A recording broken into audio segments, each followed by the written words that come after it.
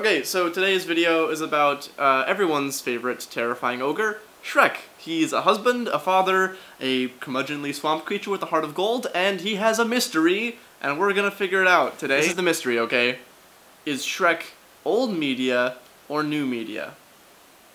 I'm dead serious about this. We're gonna figure it out, okay? I'm referring specifically to the animated motion picture Shrek, which came out in 2001, not the recent Awesomeness TV webisodes. As far as I'm concerned, those are apocryphal trash. I wish I could unsee them, but alas. My whole channel for the past year has been all about new media and teaching new media literacy, so you would think that I would be able to really aptly articulate what new media is. But I can't. Well, I can, but not yet. Hold on. Consider the following. Shrek is completely digital, it's an animated movie, its sound is mixed and mastered on computers, but you're meant to watch it on a cinema screen. But what if you watch it at home on a DVD, or on your laptop, or if you download it and watch it on your computer? Does this change the answer? Before watching the rest of the video, I gotta ask you guys what you think, so put it in the comments, I'll give you a second. Okay, and now moving on. The thing is, we don't really have a solid definition for new media yet. And it's a hard thing to define, right? Because, like, new implies chronologically recent, but Marshall McLuhan, back in his day, he's like the father of all media studies, right? He was calling the telephone a new medium, so, like, how new is new? And medium as a word, what a word! It has like a million definitions and can mean different things to different people in the same context. To the creator, the medium is that which they manipulate, upon which they impress information. To the consumer, the medium is the channel by which they receive the information. So for instance, the medium of film, right? You've got a director, an auteur, and they have an image in their brain, and they want to share it with people, and so they record that image on film, and they share it with the audience who receives it, right, via the projector. You got two brains, and in between them is the medium. It's no wonder that medium comes from the Latin meaning middle. But what happens when all art, all music, all video, all information has been converted into digital systems? What happens when the creator-consumer dichotomy is shattered? Nobody gets the profundity of, like, the global transition to digital media systems yet, but a few people have tried to understand it, and one of those people is Timothy Binkley. Timothy Binkley is my boy. He's like this aesthetician slash philosopher who writes a lot of cool stuff. He wrote my favorite paper. It's called The Vitality of Digital Creation. I'm gonna read from it right now. Look at my new stickers, by the way. No one can yet know precisely where the digital revolution will lead, but the better we can understand its nature, the better we will be able to deal with it and direct it towards fair and humane purposes. Play this quote in the motherfucking club. Oh, like, I love this guy. We're facing a daunting phalanx of practical and philosophical questions about access, privacy, copyright, and a host of other issues that are demanding our attention. This quote is my jam. Like, this is what my life is. But the rest of the paper is not quite my jam. Timothy Binkley argues that digital media are not actually media, but rather representations, because instead of manipulating a physical substance, right, like clay or paint on a canvas, you're manipulating logical tokens, numbers, concepts that are different from physical percepts. I think Timmy Biggs makes a great if-semantic argument. Like, if we are defining media as that which media is impressed upon and then received, then why is that contingent on any relation to the physical world? Shrek as a media object is not a representation of the physical world. It has monsters and magic and landscapes that do not and cannot exist in real life. But they're nonetheless described to us visually, much in the same way that George R.R. Martin might describe the slayings of everyone you care about. If you want to know more about simulation and the relationship between the digital and physical worlds, I would recommend checking out Nick Breeze's Glitch Codec tutorial lecture. Nick Breeze is an artist who lives in Chicago, and I met him once, and he's a brilliant dude. I think he teaches at SAIC.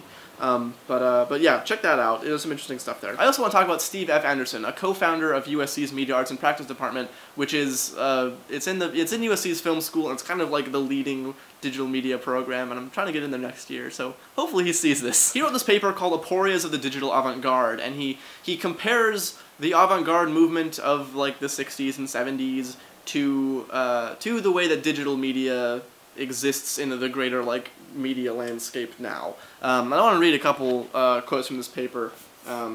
These two sentences deal more with, like, economics and politics than form, but yeah, so, quote, "The avant-garde may be defined as a non-singular and contradictory range of minor practices that are dialectically related to, i.e., both resistant and constitutive of dominant media systems. If there's one thing that we can definitely say about YouTube is that it is non-singular. If you read Gene Burgess and Joshua Green's book about YouTube, you will learn about all of YouTube's contradictions, the way that it's a platform, a company, an archive, it's a social network, it's a million things.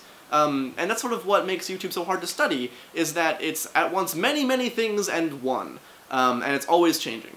But yeah, next sentence. These works are characterized by multiplicity, micropolitics, and formal experimentation. Multiplicity, there's lots. Micropolitics, there's lots. Formal experimentation, maybe we don't realize it anymore, but like, jump cuts used to be kind of an edgy thing. And perhaps most disquietingly, they're often exo-commercial, that is, positioned in a marginal but necessary relationship to the economically sustaining infrastructure of the entertainment and advertising industries. And nothing could describe YouTube better. YouTube's at once subverting media tradition and dependent on advertising. Like, before anything, YouTube needs ad money. So, these sentences are so YouTube, it's so great. Here's the thing though, Shrek was produced by DreamWorks, which is, you know, it's undeniably an old media corporate entity. Does that bar Shrek from being new media? I don't know, what do you think? In the same paper, Anderson quotes Lev Manovich, who wrote a book called The Language of New Media, in which he tries to systematically define what makes new media new media. How convenient for us! He has these 5 principles. It's sort of a checklist of, like, what new media is. Most of the time, it's not, he doesn't say it's like an absolute, like, they must always have these things, but it's a very useful model of understanding, so I'm gonna explain them to you. Okay, so the first is numeric representation, meaning that at the most basic level, all digital media are numbers, they're mathematical representations. This that you're watching right now is zeros and ones, so that's what that means, numerical representation. 2 is modularity, meaning that as opposed to being a continuous system, digital media are divided into discrete parts that can be individually manipulated. Think like layers in a Photoshop project, or for my code monkeys out there, object-based programming versus a book, which, like, if you remove a chapter, you destroy the whole information system of the book and lose all the meaning. Manovich refers specifically to signal processing or sampling, which I understand it, but I can't explain it very well, so I suggest you either look at the Wikipedia page or ask someone who's involved in audio. The third is automation, meaning that data can be manipulated in mass quantities by computer programs rather than manually by a person. So think algorithmically generated Minecraft landscapes, or like the way that I can manipulate the color of this video without setting values for each of the individual pixels in each frame. 4 is variability, meaning that there can be infinitely many copies or versions of a new media object. When you copy some text, it gets saved to a clipboard. That data is no different at all from the old one. It's a perfect match. So that means that there can be potentially infinitely many copies of spam. And then 5 is transcoding, which I think has more to do with the way that our interaction with computers affects our perceptions of media, etc. And I don't quite understand it, so I'm not gonna go over it here. So let's examine Shrek under these 4 principles. Is Shrek a numeric representation? Is he zeros and ones? Yeah, unless you're watching it on an analog movie projector, which I doubt that you ever would. Is it modular? Kind of. If you're making it, then it's very, very modular. You can take Shrek himself out of, you know, a scene and then put them back in. If you're watching it on a screen, then you don't really have that agency. Can it be manipulated by a computer algorithmically? Yes, definitely. I mean, I think just scrolling through the timeline of a video might count. And otherwise, like we said, like, you can do all kinds of effects and stuff to it, so I think so, yeah. It's definitely variable, meaning that there can be infinitely many copies of Shrek, which is awesome, or at least it would be if copyright laws didn't suck. But that's a whole can of worms I don't want to open in this video. So, have we figured it out? Is Shrek new media? The answer is dependent on a couple things. It depends on who you are and where you watch. Are you the creator or the consumer? Are you in a movie theater or on your computer? Ultimately, here's my definition of new media. If you have interactive or manipulative agency over a numerically represented media object, it's new media. Okay? That's my personal definition. I actually prefer to call it digital media, or interactive media. There isn't really a name for what the fuck we have right now. It's really confusing and weird, so I encourage all of you to continue trying to figure it out. So, is this new media?